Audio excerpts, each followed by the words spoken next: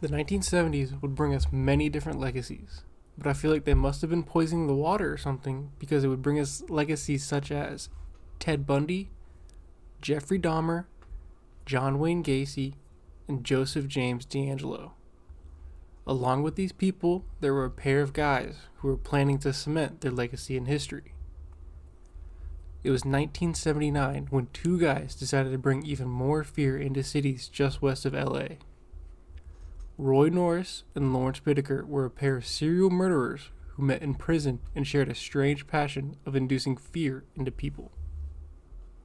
My major question for him was why did you do this? What led you into this life where you spent this time murdering these young girls? And I imagined that he would tell me, how it made him feel and that he hated women and that it was a power thing for him. But he just refused to take responsibility for what he'd done. He had all of these excuses. Oh, I had a terrible childhood. I fell in with the wrong crowd. No one ever taught me empathy.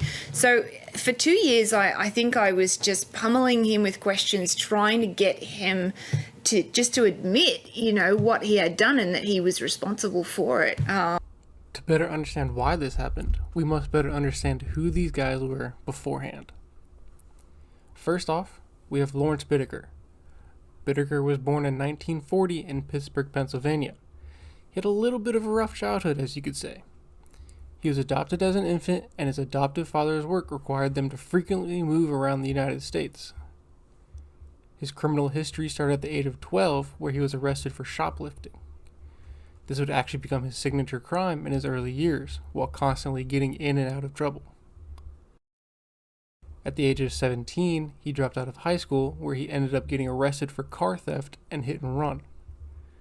He was released from prison when he turned 18, only to find out his adoptive parents disowned him, left the state, and he would never see this family again. A couple years later, he had found himself in prison once again, this time for robbery. During this time, a psychiatrist diagnosed him to be a highly manipulative person and have a considerable amount of built-up anger. This anger is believed to be from being abandoned multiple times from two different families. It wasn't until 1974 when we first saw this hostility come out of him. He was arrested for assault with a deadly weapon where he brought a girl to an inch of her life. He was then sent to California Men's Colony in San Luis Obispo, where he eventually met the other disturbed individual in the story, Roy Norris. Roy Norris was born in 1948 in Greeley, Colorado. His mother was heavily addicted to drugs, thus he would only occasionally live with his parents. He would constantly go in and out of different foster homes throughout the Colorado area. At the age of 16, he would visit a female relative and speak to her in a sexually suggestive manner. This was the first instance where we see this type of behavior out of him, which would become part of his signature in his crimes. 1 year after this happened, he would also drop out of high school, but join the U.S. Navy, in which he was honorably discharged after one tour in Vietnam for psychological problems. While he was in the Navy, he was charged with his first sexual offense, which helped lead to his discharge. In 1975, doctors cleared him to be released from prison on probation by stating he was no further danger to others.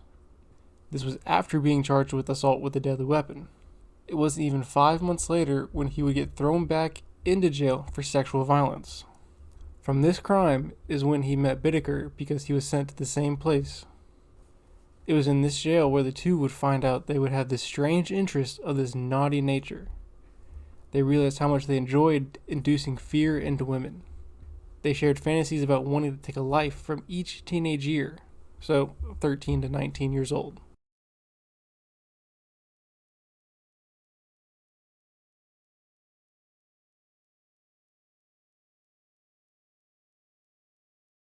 Roy Lawrence and Lawrence Whitaker had a total of 5 victims, but could have had even more. Roy stated to police that he was the one who let some of the girls go by telling them what would happen before picking them up. But who really knows how true this is, because, him being a psychopath and all. The 5 unfortunate victims are named Lucinda Lynn Schaefer, Andrea Joy Hall, Jackie Doris Gilliam, Jacqueline Leah Lamp, and Shirley Lynette Ledford.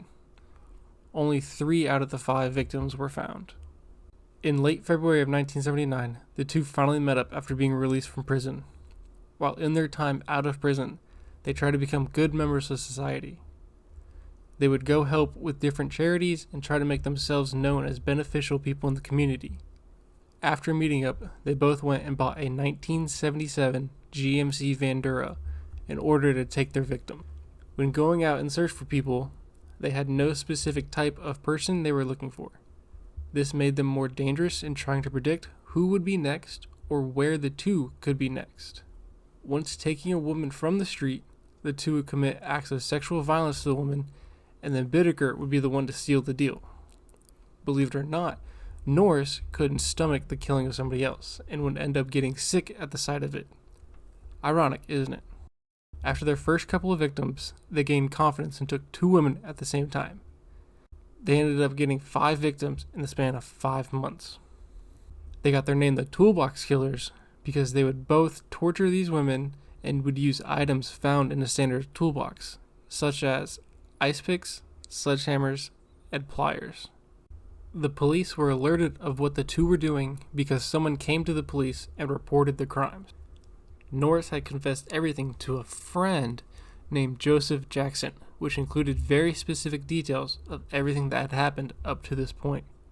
The police started looking into the case, and they had found someone who reported being attacked by 2 people in a van, but wasn't able to identify them at the time. An investigator got dispatched to her house, and she was instantly able to pick out the 2 men in a series of different mugshots. Norris and Whitaker were initially arrested for violating their parole by being in possession of drugs, and they were also dealing. Once they were arrested, the police were then able to search their apartment they were staying at. The police were able to find everything, and by everything, I mean everything. I'm talking Polaroid pictures, recordings, the tools, everything. Polaroids of the victims plus potential victims. Video recordings of what they would do in their van. It was a total of 500 Polaroid pictures found of young women taken at the Redondo and Hermosa beaches. These guys were just plain sick and twisted.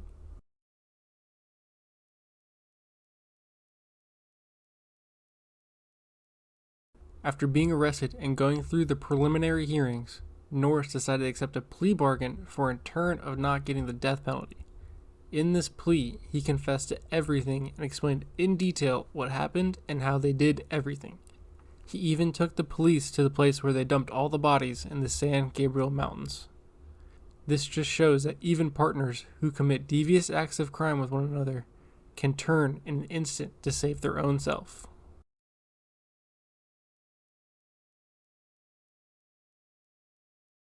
Whitaker was sentenced to death for the murders of 5 women and died in prison while awaiting execution in 2019. He was sentenced in 1981. Whitaker went through life alone with everyone abandoning him and had a lot of anger being built up throughout his life. Most of his anger would be towards his mother, which in turn became anger towards women in general.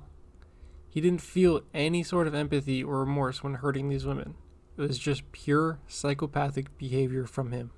Yeah, it was hard. It was so hard all that time to form an emotional connection with him because he was so cold and strange and psychopathic.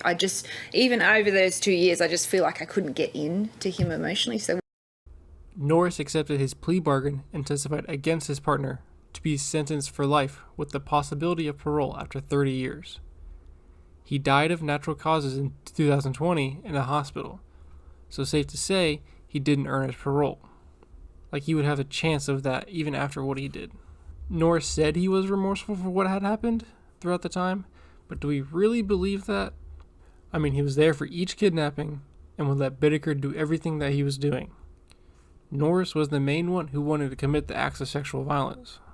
This was the most disturbing case for everyone involved throughout the process.